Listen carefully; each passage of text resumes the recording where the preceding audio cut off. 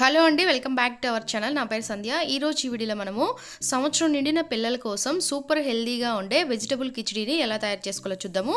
దీని ప్రాసెస్ చాలా ఈజీ. ఇది టేస్ట్ అయితే సూపర్గా ఉంటుందన్నమాట. మన పిల్లలు వెయిట్ గెయిన్ అవ్వడానికి ఇది చాలా బాగా ఉపయోగపడుతుంది. సో ఇప్పుడు దీన్ని మనం ఎలా తయారు చేసుకోవాలో చూసేద్దాము.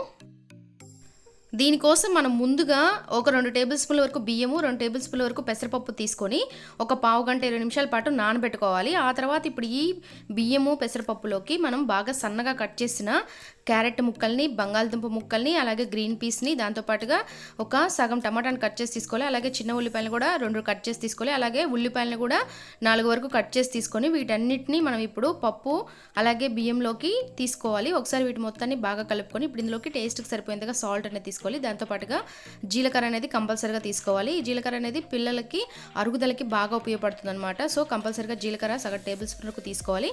ఆ తర్వాత ఇప్పుడు ఇందులోకి పావు టేబుల్ స్పూన్ వరకు పసుపుని యాడ్ చేసుకోవాలి. దాంతోపాటుగా జస్ట్ ఫ్లేవర్ కోసం చిటికెడంత కారం అనేది యాడ్ చేసుకొని ఒకసారి బాగా కలుపుకోవాలన్నమాట.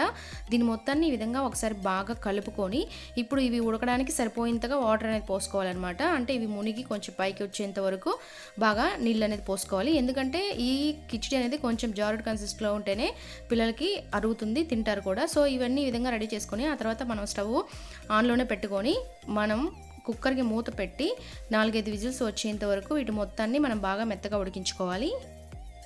ప్రెషర్ కుక్కర్లో ఇది మొత్తం మనకి బాగా మెత్తగా ఉడికిన తర్వాత కొంచెం వేడి మీదనే దీని మొత్తాన్ని మనం పప్పు గుత్తితోటి బాగా మెత్తగా చేసుకోవాలి. మీ దగ్గర మ్యాషర్ ఉంటే దాంతోనే మ్యాష్ చేసుకోవచ్చు అనమాట. మెత్తగా వేడి మీదనే కనుక మనం బాగా పప్పు గుత్తి వెనిపాము అంటే ఇది తొందరగా మెత్తగా అవుతుందన్నమాట.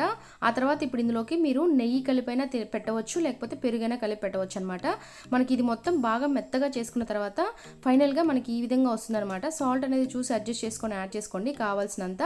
ఆ తర్వాత ఇప్పుడు ఇందులోకి నేనైతే పెరుగు అనేది యాడ్ చేసి పెడుతున్నాను. మా పాపకి పెరుగు అనేది ఆ పెరుగు కలిపి పెడితేనే తింటుంది అనమాట. మీ ఇష్టం అండి, మీరు నెయ్యి అయినా యాడ్ చేసి పెట్టచ్చు, లేకపోతే పెరుగు అయినా యాడ్ చేసి పెట్టచ్చు. పెరుగు అయితే బాగుంటుంది. సో ఎలా అయినా ట్రై చేయండి, మన పిల్లలు ఎలా తింటే అలా అనమాట. సో ఇప్పుడు నేను దీని మొత్తాన్ని ఒక ప్లేట్లోకి తీసుకొని ఇప్పుడు బాగా గడ్డగా ఉన్న పెరుగు అనేది తీసుకుంటున్నాను అనమాట. పెరుగు అనేది తీసుకొని పెరుగు అలాగే కొంచెం ఈ రైస్ అనేది కలిపి పెడితే బాగా తింటారనమాట. సో ఇది ఈ వీడియో కనుక మీకు నచ్చినట్లయితే ఖచ్చితంగా లైక్ చేసి షేర్ చేయండి. అలాగే మన ఛానల్ని సబ్స్క్రైబ్ చేసుకోండి. ఒకసారి మన ఛానల్ని చెక్ చేయండి. చాలా ఈజీ రెసిపీస్ ఉన్నాయన్నమాట. నచ్చితే ఖచ్చితంగా డైలీ ఫాలో అవ్వండి.